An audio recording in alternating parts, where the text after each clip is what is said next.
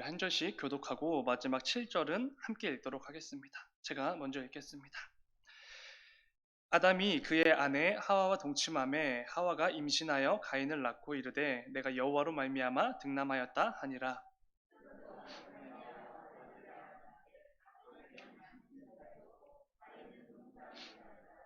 세월이 지난 후에 가인은 땅의 소산으로 제물을 삼아 여호와께 드렸고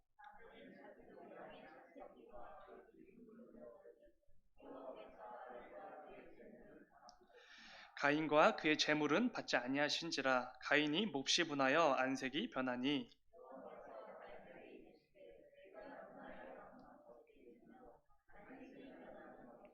다 함께 내가 선을 행하면 어찌 낯을 들지 못하겠느냐. 선을 행하지 아니하면 죄가 문에 엎드려 있느니라. 죄가 너를 원하나 너는 죄를 다스릴지니라. 아멘. 아멘. 우리 잠시 기도하겠습니다. 사랑해 주님, 감사합니다. 아버지, 오늘도 이 새벽 가운데 주님을 예배하는 이 예배의 자리로 나오게 하시니 주여 진정으로 감사드립니다. 아버지, 주님께 예배할 수 있는 이 모든 상황과 또 여건과 또 우리의 마음을 허락하여 주시니 주여 진정으로 감사드립니다.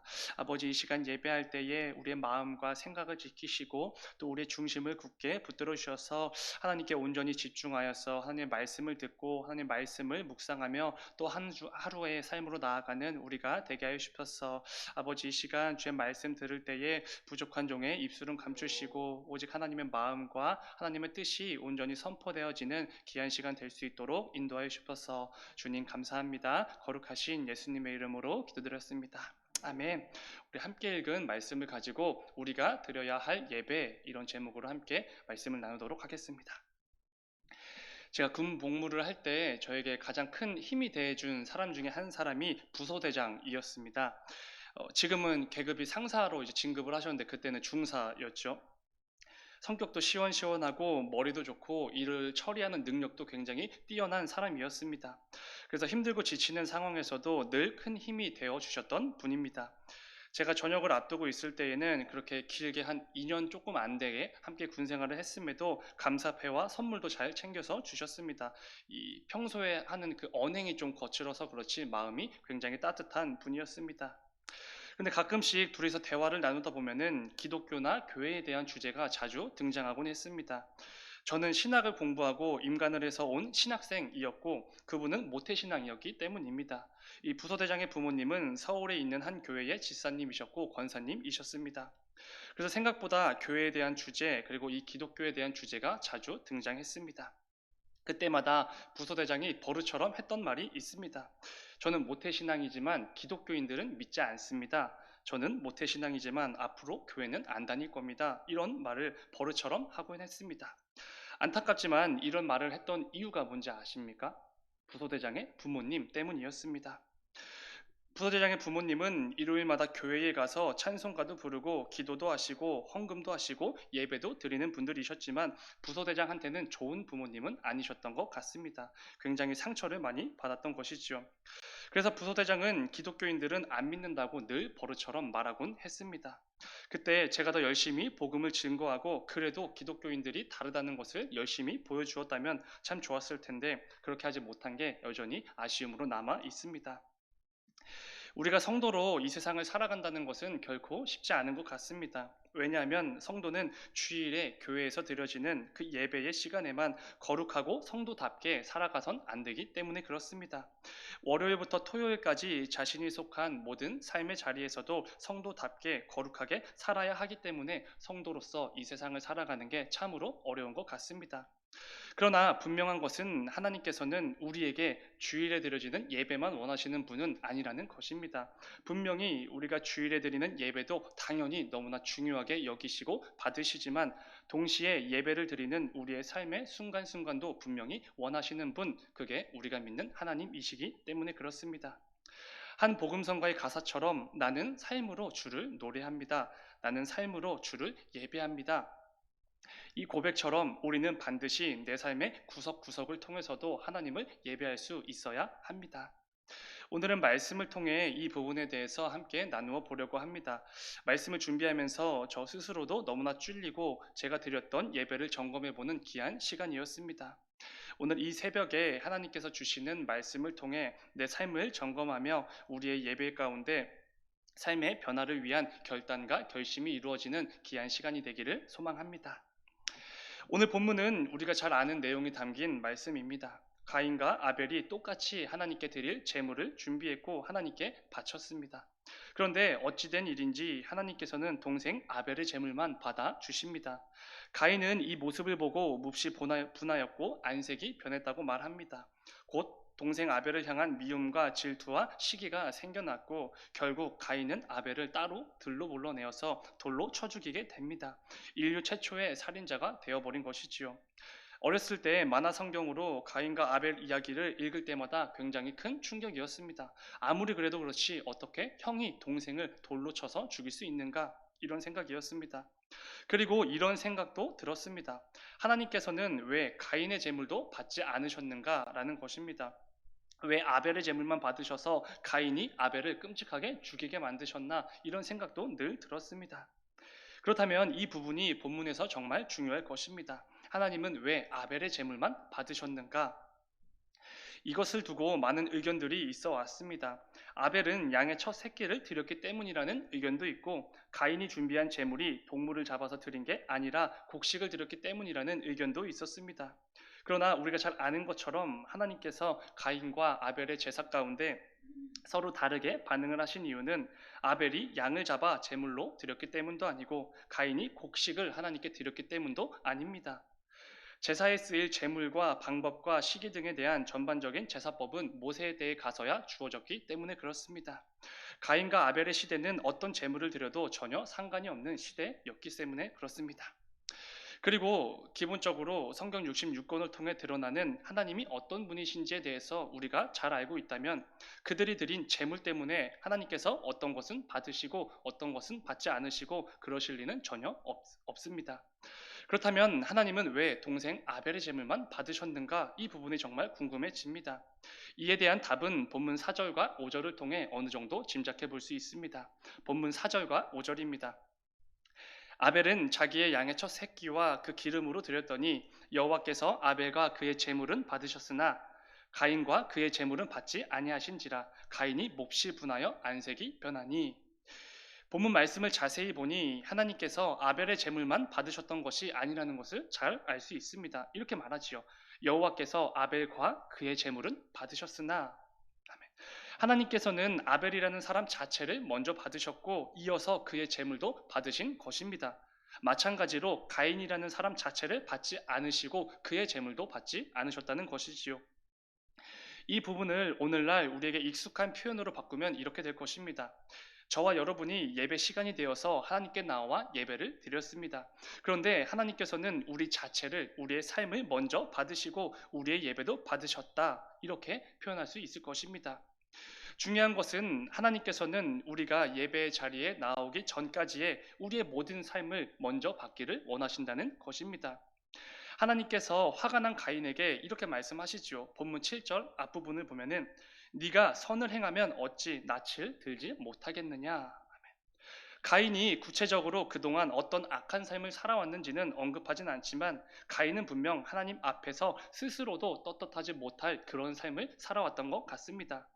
만일 가인이 하나님 앞에서 떳떳한 삶을 살아왔다면 자신의 재물을 받지 않으신 하나님 앞에서 낯을 들지 못할 리가 없는 것이지요. 결국 하나님께서 가인의 제물을 받지 않으신 이유는 그가 곡식을 드렸기 때문이 아니라 제물을 준비해서 드리기 전까지 가인이 살아왔던 삶의 모습 때문이라는 것입니다. 만일 하나님께서 제물을 드리는 사람은 전혀 상관없이 제물만 받기를 원하셨다면 가인이 드린 곡식의 제물도 당연히 받으셨겠지요. 그러나 제물이 중요한 게 아니라는 것입니다. 오늘 본문은 이 땅을 살아가는 모든 성도들에게 큰 도전을 주는 말씀입니다. 구체적으로 어떤 도전이냐면 우리가 드려야 할 예배에 대한 도전이 될 것입니다. 성도가 드려야 할 예배는 무엇인가? 이 질문을 끊임없이 스스로에게 던지면서 우리가 드리고 있는 예배는 과연 가인과 아벨의 예배 중 어떤 예배인가? 이것을 점검하라는 것입니다. 동시에 하나님께서는 강력한 경고를 주시는 말씀이기도 합니다. 내가 가인과 같이 드려지는 너희의 예배는 받지 않겠다. 이런 경고의 말씀이지요. 하나님께서는 교회에서 드려지는 우리의 예배만이 아니라 우리 삶의 구석구석에서 드려지는 삶의 예배도 분명 원하시는 분이십니다.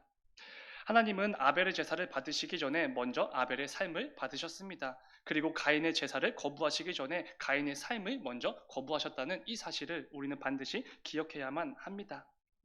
사랑하는 여러분, 지난 주일 그리고 그동안 우리가 드려온 무수히 많은 예배들은 하나님께서 받으시는 아벨과 같은 예배였습니까? 아니면 가인과 같은 예배였습니까? 오늘 말씀을 통해 우리의 예배를 점검하는 귀한 시간이 되기를 소망합니다. 이사야서 말씀을 보면 이 부분에 대해서 하나님께서 정확하게 가르쳐 주십니다. 하나님께서는 삶은 엉터리면서도 하나님의 백성다운 모습이 한 군데도 없으면서도 제사만 열심히 드리는 이스라엘을 향하여 강하게 경고해 주셨습니다.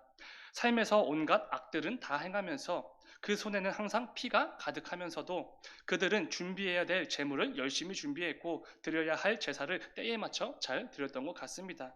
그러나 하나님께서는 그런 그들에게 이렇게 말씀하십니다. 이사야서 1장 11절 말씀입니다. 여호와께서 말씀하시되 너희의 무수한 재물이 내게 무엇이 유익하뇨? 나는 순양의 번제와 살찜 짐승의 기름에 배불렀고 나는 숫송아지나 어린 양이나 숫염소의 피를 기뻐하지 아니하노라. 아멘. 하나님께 제물을 드리는 사람이 하나님께서 기뻐하지 않으시는 삶을 계속해서 살아왔다면 아무리 무수한 제물을 하나님께 드린다고 하여도 그게 도대체 무슨 소용이 있냐고 말씀하십니다. 이스라엘 백성들이 드린 무수히 많은 제물들이 쌓여 있었지만 하나님께서는 그들의 삶의 모습 때문에 그 제물들이 아무 소용도 없다 이렇게 말씀하시는 것이지요. 또한 하나님께서는 그런 자들의 무수한 제물을 전혀 조금도 기뻐하지 아니하신다고 말씀하십니다. 왜 안 기뻐하시지요? 그 제물을 드린 백성들의 삶이 하나님께서 기뻐하시는 삶이 아니었기 때문에 그렇습니다. 그리고 이어지는 13절을 보면 이렇게까지 말씀하십니다. 참으로 무서운 말씀인데 13절 앞부분을 보면은 헛된 제물을 다시는 가져오지 말라 이렇게 말씀하십니다. 너희가 드리는 제물들은 아무런 가치도 없으니 제발 더 이상 가져오지 말라고 말씀하시는 것입니다. 굉장히 무서운 말씀입니다. 때에 맞춰 열심히 준비한 예물과 예배일 텐데 하나님께서 그것들이 아무런 가치도 없으니 더 이상 가져오지 말라고 말씀하셨습니다. 너희가 드리는 무수한 제물들이 내게는 아무런 소용도 없고 조금도 기쁘지 않다. 제발 그만 좀 가져오라. 무가치한 제물들에 불과하다. 이렇게 말씀하시는 것이지요. 오늘 본문에서 등장하는 가인의 경우가 딱 그렇습니다. 하나님 앞에서 낯을 들지 못할 만큼 형편없는 삶을 계속해서 살아왔지만 제물을 드려야 할 때에 맞춰서 아벨과 동일하게 제물을 준비해서 하나님께 제사를 드렸던 것이지요. 그러나 그 제물은 하나님을 몹시 곤란하게 만들 뿐이었습니다. 가인은 제물만 열심히 준비하고 정작 자신의 삶은 하나님께 드릴 준비가 안 되었기 때문에 그렇습니다. 사랑하는 여러분, 우리는 어떻습니까? 하나님께 드릴 예물과 예배는 잘 준비해서 드리지만 혹시 그 예물과 예배를 드리기 전까지의 우리의 삶의 모습이 형편없지는 않은지 점검해 보아야 합니다. 월요일부터 토요일까지의 삶은 하나님 앞에서 낯을 들지도 못할 만큼 형편이 없고 삶의 예배는 고사하고 내가 먼저 말하지 않으면 교회에 다니는 사람인지도 몰랐을 만큼 그런 엉터리 같은 삶을 살고 있지는 않은지 반드시 점검해 보아야 합니다. 우리가 주일에만 거룩한 성도로 살아내고 예배하고 예물을 드리면서도 이것을 마치 성도의 본분을 다한 것처럼 여긴다면 굉장히 큰 착각일 것입니다. 하나님은 주일에만 우리의 하나님이 되시는 분이 결코 아니기 때문에 그렇습니다. 우리는 주일에만 하나님의 백성으로 살아가는 자들이 절대로 아니기 때문에 그렇습니다. 이런 성도의 삶은 하나님께서 받지 않으셨던 가인이 드렸던 제물과 전혀 다르지 않기에 그렇습니다. 주일에만 성도의 본분을 다한다면 그게 바로 가인의 제물인 것이지요. 본문은 분명히 하나님께서는 아벨과 아벨의 제물을 받으셨다고 말씀합니다. 가인이 드린 제물과 같은 예배로 하나님을 곤란하게 만들지 마시기 바랍니다. 사도 바울은 우리에게 이렇게 자주 권면합니다. 에베소서 4장 1절 말씀입니다. 뒤에 부분을 보면은 너희가 부르심을 받은 일에 합당하게 행하여 이렇게 권면을 합니다. 모든 허물과 죄로 죽었던 우리를 예수 그리스도께서 십자가의 죽으심으로 살리셨기에 그 놀라운 은혜로 구원을 받아 이제는 하나님과 화목하게 되었기에 그 부르심에 합당하게 행하라 이렇게 권면을 합니다. 여기서 사용된 행하다라는 단어는 우리의 모든 생활 방식을 의미하는 단어입니다. 여기에 우리 모든 성도들에게 굉장히 중요한 의미가 담겨져 있습니다. 바울은 구원받은 성도로 부르심을 받았기에 단지 교회 공동체에서 합당하게 행하라고 권면하지 않습니다. 단지 성도가 드리는 예배 시간에 합당하게 행하라고 말하지도 않지요. 단지 거룩한 주일에 성도답게 합당하게 행하라고 말하지도 않습니다. 오히려 이 모든 것들은 기본처럼 여기고 성도가 살아가는 모든 삶의 자리에서 일상에서 성도답게 합당하게 살아가라고 권면을 합니다. 굉장히 중요한 부분입니다. 우리가 드리는 예물과 예배나 헌신은 당연히 중요한 것이지만 동시에 모든 생활 방식, 일상에서도 성도답게 합당하게 살아가는 것 역시 너무나 중요하다는 것입니다. 사랑하는 여러분, 아벨과 아벨의 제물을 받으셨던 하나님께서는 저와 여러분의 공적 예배나 예물만이 아니라 우리의 모든 삶도 받기를 원하시는 분이십니다. 거룩한 주일을 구별하여 하나님께 드릴 예물과 예배를 준비하여 드리는 성도는 반드시 월요일부터 토요일까지의 삶을 통해서도 예배할 수 있어야만 합니다. 우리가 때로는 이 삶의 예배를 굉장히 어려운 개념처럼 여길 때가 있는 것 같습니다. 그러나 절대로 어려운 개념이 아닙니다. 삶의 예배는 하나님께서 내 모든 삶을 받기를 원하신다는 이 사실을 기억하며 살아가는 것, 이게 바로 삶의 예배일 것입니다. 매일 매 순간마다 하나님을 기쁘시게 해드리기 위해 애를 쓰며 살아가는 것, 이게 바로 삶의 예배겠지요. 말 하나를 내뱉을 때마다, 어떤 행동을 하나 할 때마다, 어떤 선택과 판단을 할 때마다 하나님의 살아계심을 굳게 믿는다는 것이 조금씩 드러나고, 누가 봐도 저 사람은 하나님을 경외하는구나 라는 것이 티가 나는 삶, 이게 바로 삶의 예배일 것입니다. 최근에 책을 읽으면서 실천적 무신론자라는 말에 대해서 알게 되었습니다. 이것은 쉬운 표현으로는 무늬만 그리스도인들이라는 말입니다. 이론적으로, 지식적으로는 하나님에 대해서 잘 알고 있습니다. 하나님의 존재도 인정은 합니다. 그러나 실제 삶에서는 하나님을 인정하지 않는 사람들, 그 내뱉는 말과 하는 행동을 보면은 하나님을 인정하지 않는 사람들, 이들이 바로 실천적 무신론자들입니다. 주일에 교회에서는 하나님을 잘 알고 있는 것처럼 보이고 실제로 신앙도 고백을 합니다. 일상에서 내뱉는 말과 행동을 보이기 전까지 말이지요. 신앙을 열심히 고백하지만 일상에서 내뱉는 말과 행동과 삶의 모습들은 전혀 그렇지 않은 것입니다. 삶의 자리 그 어디에서도 하나님을 경외하는 모습이 없습니다. 하나님의 살아계심을 인식하고 살아가는 모습도 없습니다. 하나님을 기쁘게 해드리기 위해 애쓰는 모습도 전혀 보이지 않는 것입니다.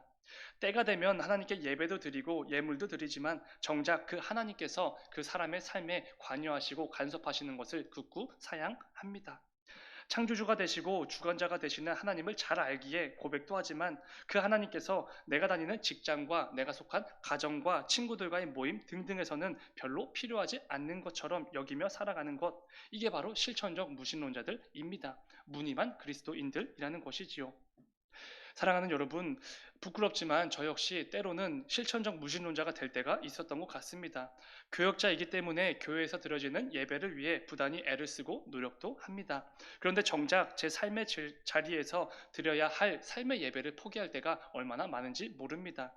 마치 하나님이 살아계시지 않은 것처럼, 하나님께서 지금은 나를 안 보고 계신 것처럼, 하나님께서 지금 이 일만큼은 간섭하지 않기를 바라는 것처럼, 하나님께서 제 삶을 마구 간섭하지 못하도록 할 때가 너무나 많이 있었던 것이지요.